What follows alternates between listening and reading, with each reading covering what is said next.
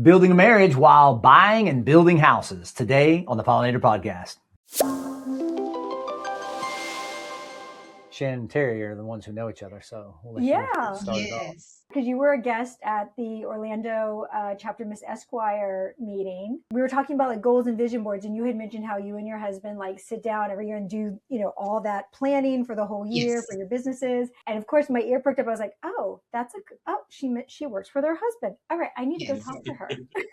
Yes, and that's how the conversation started. Yeah. And it was funny that you had mentioned that you and your husband were joking about like, oh, we should be on a podcast or we should start a podcast. I kind of felt like it was just meant to be. We decided to actually start a podcast, and we're going to probably record our first episode next week. So thank you for encouraging us. You definitely planted a seed. Great. We you're actually not the first couple who's told us this. Been on here and said, hey, we're thinking about starting a podcast, and this is our very first podcast. And since we're just meeting for the first time, how about you tell everybody, like, introduce yourselves and the companies that y'all run together. What do y'all do?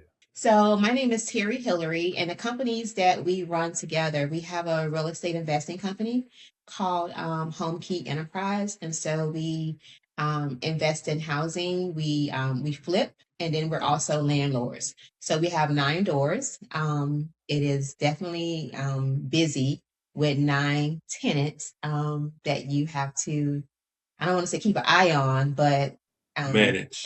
Yes, definitely. That's the word. And then we also have the roofing company, and I'll let Tim speak about that. Yes, we're a newly started roofing company. We started out doing our investments. So we saw that we was doing on every investment. Basically, we're doing the roof. And I had a little experience, a lot of experience with roofing because my dad was a roofer. So we said, hey, let's start a roofing company because everyone's asking us, hey, could you do this? And then we're showing them the ropes on how to do roofing and investments. So were you just kind of the like self-contractor on your own properties first, and then that's just kind of led you in like, I might as well just pass the test and be able to do this for other people? Yes, correct. Most definitely. So we're learning how to cut out the middleman. He gets upset with me because I feel like everything should be a business. I don't care what it is. I should be selling insurance. I should sell real estate. I should sell hand goods, like whatever it is, I should be able to provide it. So it's like, why deal with somebody else if I can just do it myself? Exactly. That's how she became a realtor too. So we cut out the middleman. I do it myself. We do it ourselves. So how did y'all get into investing, flipping, everything else? Like I said, my family was doing investments, so I watched them, and my granddad always told it, he said, son, buy dirt.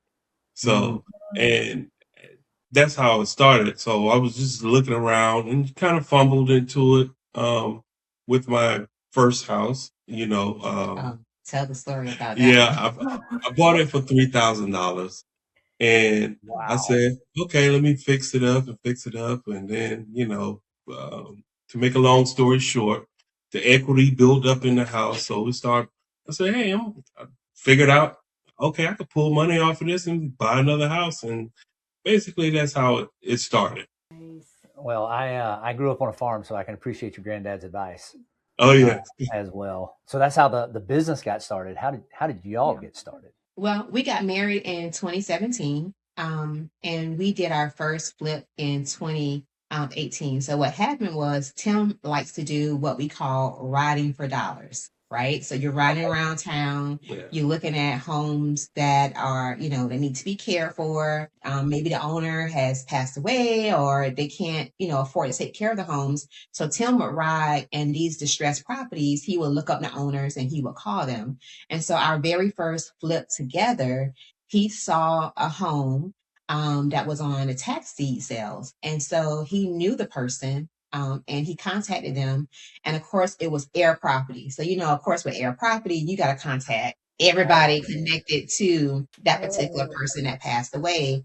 And so we were able to get the 4 heirs to sign off on it because they were going to lose it anyway. So we said, well, let's pay the tax deed and then let's give you, some money, to go in your pocket. And so that was our very first flip. Of course, we had no clue, I ain't gonna say we didn't have any clue. Like we knew what we were doing, but we did not. Right. You had the knowledge, but not the experience. Yeah, we knew the ultimate goal was to make some money, right? And so we did it. And at this time, we bought the home in our name because, of course, we didn't have a business established at that time. So once we got done with that first flip, and it cleared us like 6 figures. So I was like, oh my God, we need to do this 10 times, and so that's how. Yeah, and so that's how we got started. Our very first one together, we saw like the money that could be made, and we just said, okay, we got to do something with this. And so we incorporated the business, and that's how we got started together. Are you still flipping in addition to renting out as well? Like you do both? We do both. So we still flip. We still, we renovate and flip houses. We also buy and hold. And now we're also incorporating the roofing. And we also do new construction. We just did a new construction as well. It's not my favorite. It's not. I don't want to do it again. Okay, so you're a GC and on top of being a roofing contractor. We're not licensed. So we do have a general contractor who is there on the premises, and pulls a permit and makes sure things are done. But of course, Tim is there as well every single day to make sure that the subcontractors are doing what they're supposed to be doing. It's like another set of eyes for the GC. Sure. Oh, yeah. So we thought about getting our GC license, but I was just like, that is just too much testing. I don't want to do it. I thought you were the one that was saying everything needs to be a business. I mean, I was, but I was just like, I just cannot sit through another 6-hour exam. There's just no way. Yeah, she did the roofing. So you got married and within the same year flipped your first house. Yes. So it sounds like, so was there any convincing on your part to do this, or were you like in right away? Like, oh yeah, let's do this. That's a great idea. I wasn't in right away. She was. He was gung ho. And of course, because I like to let him lead the family and, follow his vision of what he has. And if it does not work, then you follow what I have. So I like to go along with what he has in the beginning. And so at first I wasn't gung ho about it. He wanted me to look up properties and contact the owners and to do this. I just did not want to contact anybody. Yes. I did not want to look up any properties. And once I saw the money that could be made, I was like gung ho. I was like, who should I call next? Yes. Like, who should I look up? Like, I got to go and find them. And so, yeah, that kind of turned me to wanting to do this. I know Shannon likes to ask more of the relationship questions and stuff. So I try to get in some of the business questions because I get real curious about that too. We live here in Orlando proper and kind of an older neighborhood. It used to be the old military housing. Yeah, it was military housing for the old Navy base. There's a lot of like knockdown, rebuild, spec houses that go up in our neighborhood now. And I mean, we just get calls all the time. And sometimes they're robocalls, sometimes they're some dude from India or wherever.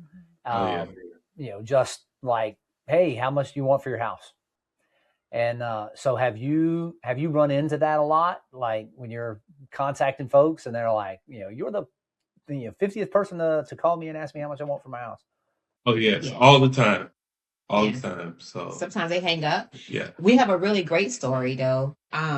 Of course, Tim was out riding for dollars.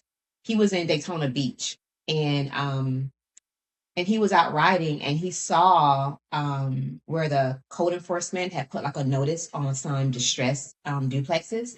They were side by side. And he called the lady, he looked her up, he called her, and he said at first she was kind of frustrated that he was calling her. And so he said to her, ma'am, I just wanted to let you know there's a notice on your door and they're fining you.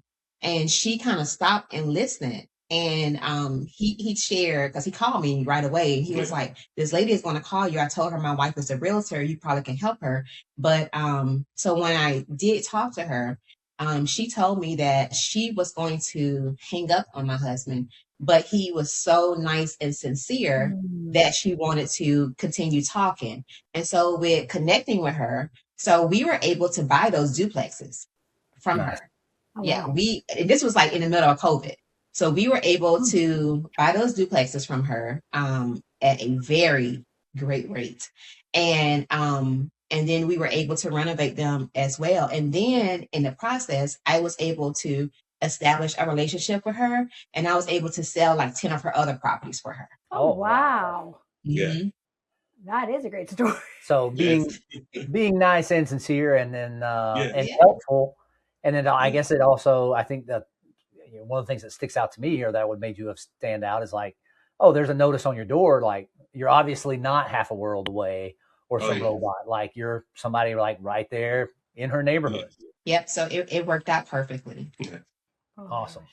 That's All right, amazing. you can ask relationship questions now. Okay. The fun stuff. I always like the meet story. So, like, how did you guys meet? Oh, we got a lot of Okay. pause here. Well, I think we both have different stories, but the truth is, because I have proof, Oh, the truth is that he kept, like, we know each other from the community. We're both from the same community, so we know each other. It was said like we did not like each other. I don't know why we just did not like each other. But one day he kept asking me, like through social media, he was like, "Can I take you to dinner? Can I take you out?" And I said, "No." I said, "But I have a friend." So I wanted him to leave me alone. So I said, "I have a friend I want to hook you up with." And he was like, "No, I want you." So then a couple weeks later, he wanted to take me out again. And I said, "Well, I have another friend I could hook you up with." And he was like, "No, I want you." And so he ended up tricking me into going out with him, and then the rest is history. Oh, wait, you wait, can't just hold leave it there. on. Like, what is that? Like, how did he trick? Like, did What he was the make you trick? think he was setting you up with somebody else? Or what? Well, at the time, I was writing a book, right? And so I wanted to do like a commercial. So I was kind of like putting fillers out, like, who can help me with a commercial? So he inboxed me and said, "I can help you." Yeah. So we met at his house, to go over what needed to be done. And then from there, he was like, a couple weeks later, "Can I take you out?" Yeah. And I was, I had every excuse as to why I couldn't go out. And my mom was like, "Girl, that's a nice guy. Go out with him." And so, yeah. Well, it doesn't sound like he tricked you. Sounds like he helped you on the commercial. Exactly. He did, but if it wasn't for the commercial, we probably would not be sitting. No. That just sounds like looking for an opportunity to add value and Exactly. and going after. I had the camera and everything. So. Yes. That's fantastic. Oh my gosh, that's why I always love asking those stories, because we always hear some great stories. And like Shannon and I didn't like each other either when we first met, because we met in college, and like it's not a disputed thing. Like everybody knew it because we both started at UF around the same time, and so like our second semester in, we'd both done well. The first semester, we got invited into the honors fraternity for our college.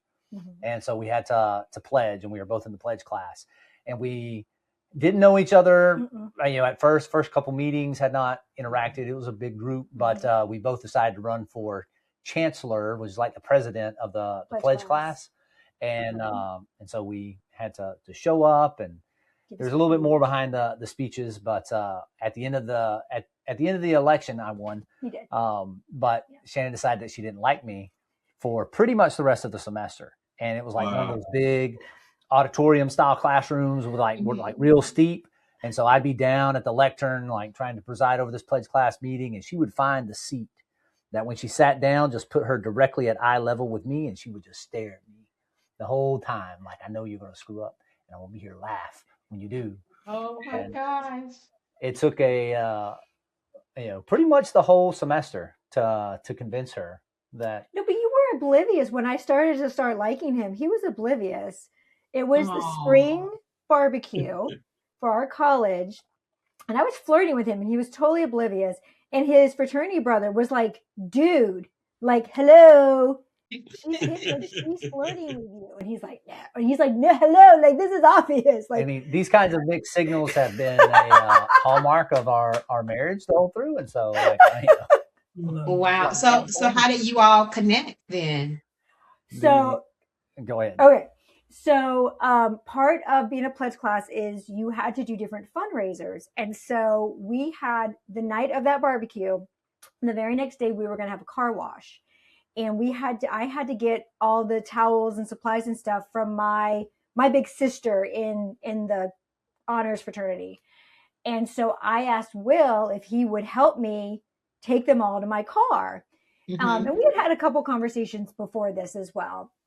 And so we started talking about like movies. And at the time, and this is dating us, we've been married for over 20 years.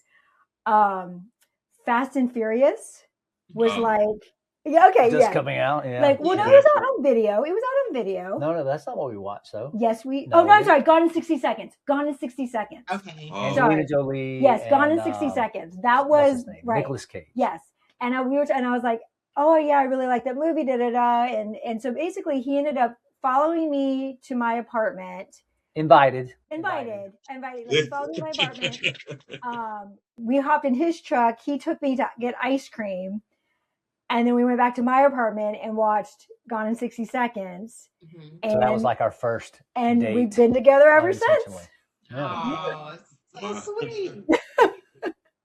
Yeah. It's been, I said over 23 years in May. May, yeah. Wow, that is wonderful. That's great. Yeah. So we have something to look forward to. Yeah. But we've only been working together. It'll be 4 years in August. July. Oh, yes, July. Yeah. I feel like that was for me, I feel like that was a transitionary period. It was definitely. But yeah, July will be 4 years that we've actually been working together, which is. It took 19 years to convince her to do that. Wow. So a little longer sales cycle than you had there, Tim. Yeah. Oh yeah. Yeah, I see. So, but Shannon mentioned at the beginning that y'all your vision boarding was the whole thing that kind of connected y'all at our networking group. So, what does that look like for y'all when y'all are doing that planning? Because we do it, but done I don't it, know. Like I always wonder if there's a better way. Is it like an all day experience for y'all? No. This year, it took us probably 1 hour. He kept asking for it. Now, in the beginning, like 4 years ago, when I wanted to do this, he didn't want to do it. Like he didn't see any reason why we should do it. And so for us, we're faith believers, we're Christians. And so I reminded him that the Bible says in the book of Habakkuk, it says, write the vision and make it plain, right? So whatever we want for our lives, we need to write it. We need to make it plain and be able to look back at it. And so, so the first few years, he did not want to do it. But when you go back to look at those vision boards, a lot of that stuff has come to pass. So this year, like in January, he started texting me while he's at work. He's texting me. He's saying, vision board.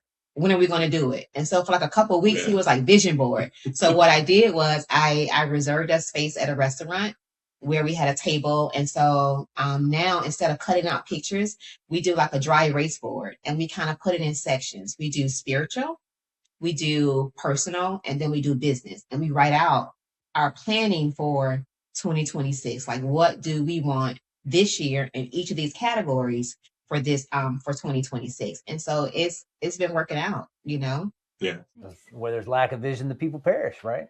That's it right there. A few books earlier than that. That's it. Yeah. So that it's an interesting process. We've always had. We haven't gotten it down to an hour. We were driving back multiple days for sometimes. Thanksgiving break. We went up to Blue Ridge, Georgia, with our kids for like Thanksgiving break, and just kind of just get away from all of the city life and busyness and everything. We're up in the mountains, but on the drive back, which was like 8 hours, that's what we were working.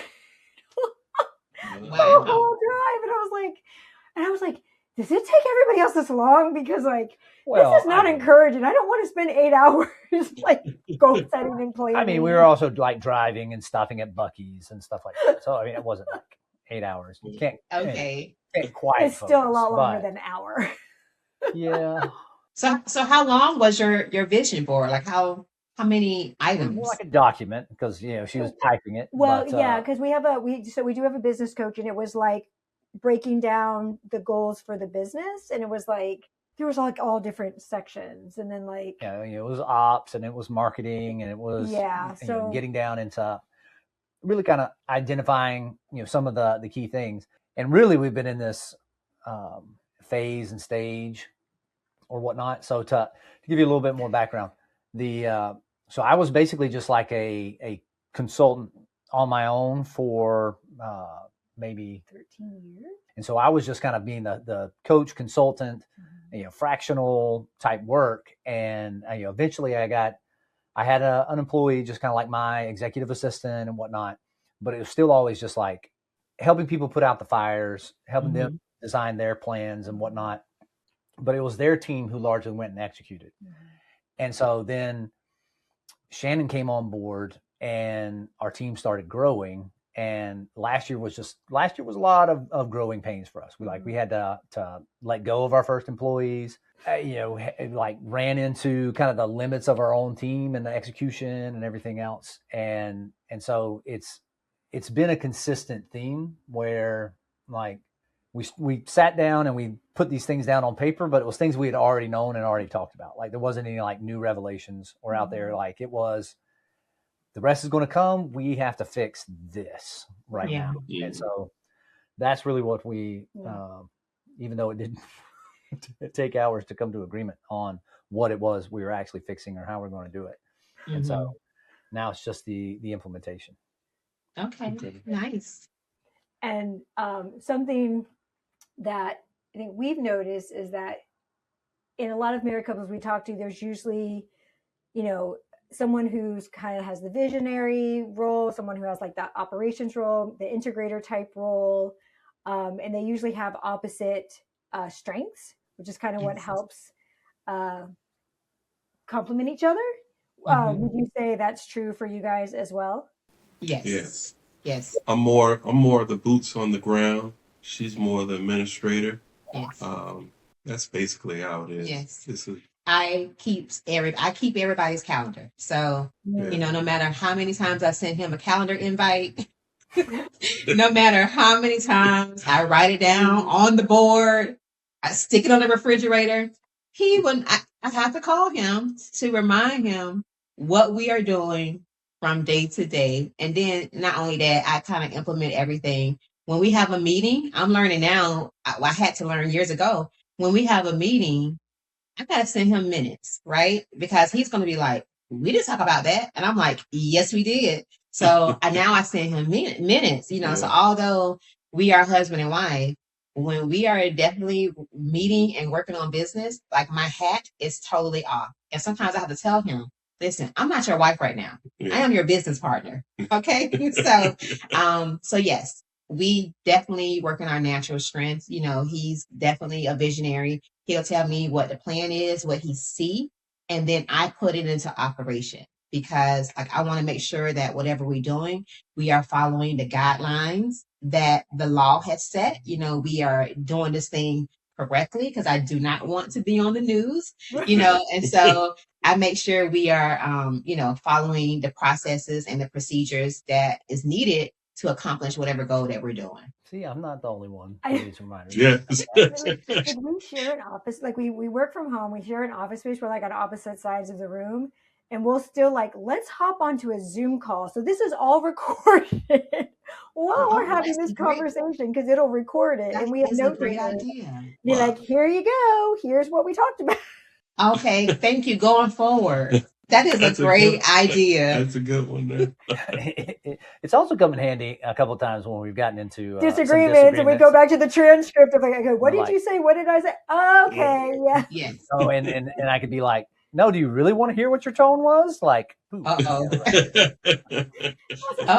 Yes. A bit of accountability there. Okay, so you guys have shared like your kind of like your natural roles. Yes. But since you both are like owners, in the business, how do you handle those big decisions? Maybe when there is a disagreement on, maybe you're in agreement on like where to go, but like how to make that happen or how to execute. And if you're not in agreement with that, like, how do you guys handle those? Well, usually we on big agreements, we're usually in the same line of thinking. So we don't really have a big problem like that because we're both very stern on each other, on ourselves. So we have some rules and regulations amongst ourselves, and we don't cross those lines usually. So we make pretty good decisions um, on the same line of thinking. So I like to, when we have those disagreements, I like to write it out, right? I like to get some paper, write out the pros, the cons, right? So you have ideas, you have thoughts. I like to write them down. I like to write down my ideas and my thoughts. And I like to say, what is the easier way, to get to whatever we're trying to accomplish? Because at the end of the day, I'm your partner, right? I'm your partner in life. I'm your partner in business. And the ultimate goal here is to make some money. What is the easiest way for us to make this money? What is the easiest way for us to do this without putting extra stress and pressure on us and our families? And so we kind of work it that way. A lot of times, I go along with whatever he wants to do for the most part. But if there is something that I know is not right and there is an easier way to handle it, because I'm all about efficiency. So if there's an easier way, I'm going to put my foot down, and we are not going to move until we both come to an agreement on what we're going to do, right? If we miss opportunities to buy a house, we're going to miss the opportunity, but we have to come to an agreement, especially when we're spending a big amount of money. We have to be in agreement with what we're doing, because it's not just my money. It's not just his money. This is our monies, right? And I am a firm believer that we have to be good stewards of whatever God has placed in our hands. And so that's how, Amen. a lot of times. So for the most part, because he is, my head, I try to kind of follow what he's doing, because I want him to lead our family, and so I try to kind of follow. But if there's something that is just not right, I'm not moving. We're going to be stuck. Oh, that's pretty good. The key thing that I take out of that, though, is like a lot of times the disagreements aren't on the destination and like what or where you're trying to go, right? The end point, the end goal. Same team. We're working towards that same goal, but it might be coming up more so in the, all right, how do we get there? Execution. Right. Yeah. That's it. Yeah. That's it right there. How do we get there? Yeah, I would agree with that. Yeah. I think that's I think us too is like, what is the way to do it that our clients get the best results, but we can do it in the most efficient manner, that we're not, spending more time or energy than's necessary, but still getting the same result. So yeah, I would agree with you there as well. Exactly. Could you, because this is very, it's very valuable, and I think it's very important for other people to do, because a lot of people don't have these kind of conversations and kind of talk about, how do you get through like harder times or that stuff. Like, what would you say that might have been like one of the more difficult processes you had to go through or had to overcome, or maybe it was an external challenge or pressure that y'all really had to come together on to be able to overcome? I would say a time when we was in the red, so we had to. And she's not materialistic. I'm not materialistic. We only live on what we need. So it was pressure, but it wasn't so much because we don't desire much. But we saw the end game. So I would say that point in our job relationship. So it was kind of tough, but we made it through. Yeah. And It was actually last year. It was last year. So yeah, we had what I found was we invested, like when we built our new construction home, we invested liquid money, right? Big no. That's why I don't like new construction. Like, I don't want to do it. We invested liquid money, and then we were also renovating the house, right? And what happened was the lender found out that we had a tenant in the home, right? It was a hard money loan. So once they find out that you're renting and no longer renovating, they escalated the loan. I can't think of the word, but they wanted all their money like right now. Oh, right. Yeah. And so we had so many days to come up with all of this money. And we just didn't have it because we were still building the new construction home. So we kind of like tapped out all of our resources, all of our savings, everything that we had. And we were, I'm telling you, the week of that they were going to take over the house because they had already filed a deed in lieu, wow. for the home. Mhm. And so they were getting ready to take it. And I was just disgusted. I was, sick. I was like, we were already eating like beanies and weenies because we were using all of our capital to go into this project. And at that time, I had just got laid off from my job. And so we were really living off of just his income. Not just for, like, we were fine for our household, but it was like the business that we had to kind of pour money back into, and all of our liquid cash was gone. And so I was like, it was just like that week, like God gave us a breakthrough. We were able to get approved for a loan. And, at that time it was hard because we had used our credit cards to kind of help buy some of the costs of the new construction. And so our credit was like maxed out. Oh, yeah. And so we were able to find a lender. Thank God we found a lender that was able to allow us to get a loan, we like refinance into the business name, and we were saved. But like that was the biggest problem that we had. And I told my husband, I was just like, listen, going forward, we are not using our money. I don't care what you say. I don't want to sound mean, but we are not using our money anymore for that. If we can't get a loan to do it, I'm not doing it. I'd rather play with someone else's money than to play with mine. Oh, yeah. I know. I think that's when I first joined the business, because I've always worked for a bigger company, whether it was a hospital system, a medical corporation, whatever, so there was always kind of a level of safety or security, when I left and started working with Will, and it's like, okay, what comes in is just what there is.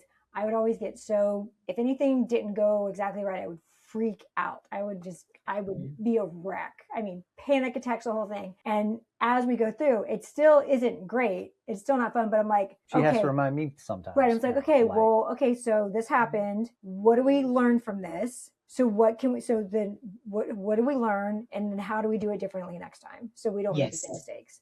Yes. And it's like, that's just what I have to constantly I can't change what happened, but what can we do to make sure it doesn't happen again? Yeah. Entrepreneurship is an excellent faith building tool, I have found. Yes. Yes. For sure.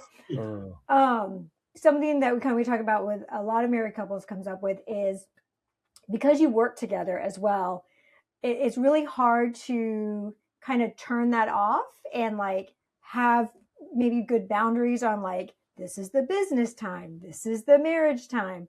Have you guys figured that out? And some people tell us no, we don't believe in that. And they're we've had everybody between both ends of that spectrum. Yeah. Of kind of saying there's got to be hard and fast boundaries, and some people are no, we like our business. We talk about business over all the time. Yeah. What's it like for y'all? Yeah.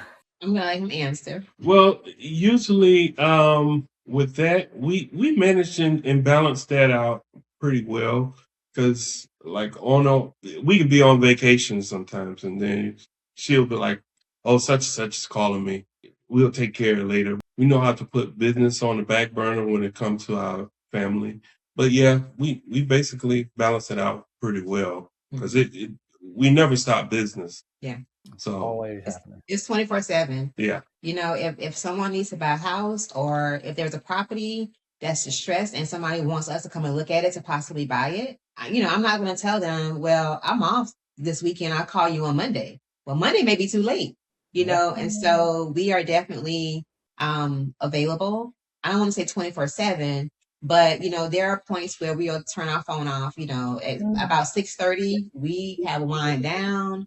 We're in the bed, or we're watching Netflix or something, to get ready to do it over. So everyone has between 6 a.m., to 6 p.m. to get whatever they need out of us. And then we'll get back with you tomorrow. So we do try to have at least a few hours in the evening, time to chat about us, cuddle, figure out which vacation we're going to next, and so that's what we do. So we don't really have any hard boundaries because, when you own your own business, as you know, you work harder owning a business than you do working for someone else on a 9 to 5. You put in a lot more hours. So that traditional work for yourself 9 to 5, that is out the window.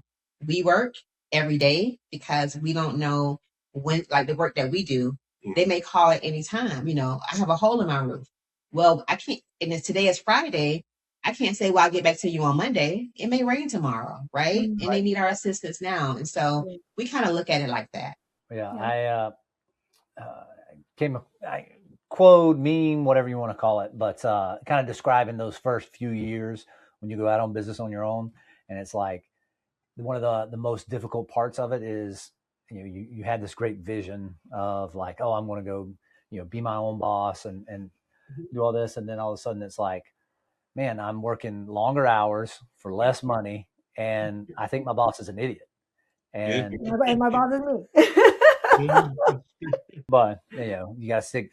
If you stick through it, eventually, it will get there. And just kind of be aware, I think. Yeah. I always tell people that having a new business is like having a newborn baby, right? You're not going to trust anybody else with your newborn baby. You want to be there every step of the way, to nurture, to take care of, to, make sure that no one else is mistreating your baby. So you are there. And that's how I look at it at business. You have to be present, right?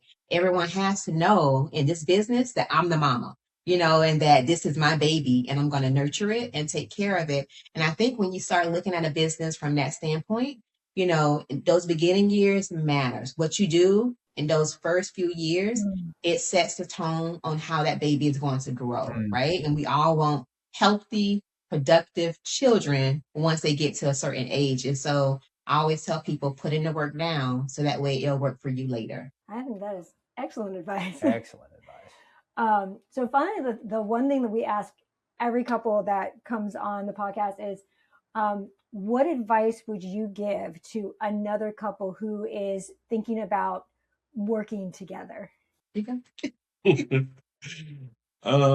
Working that's a tough one.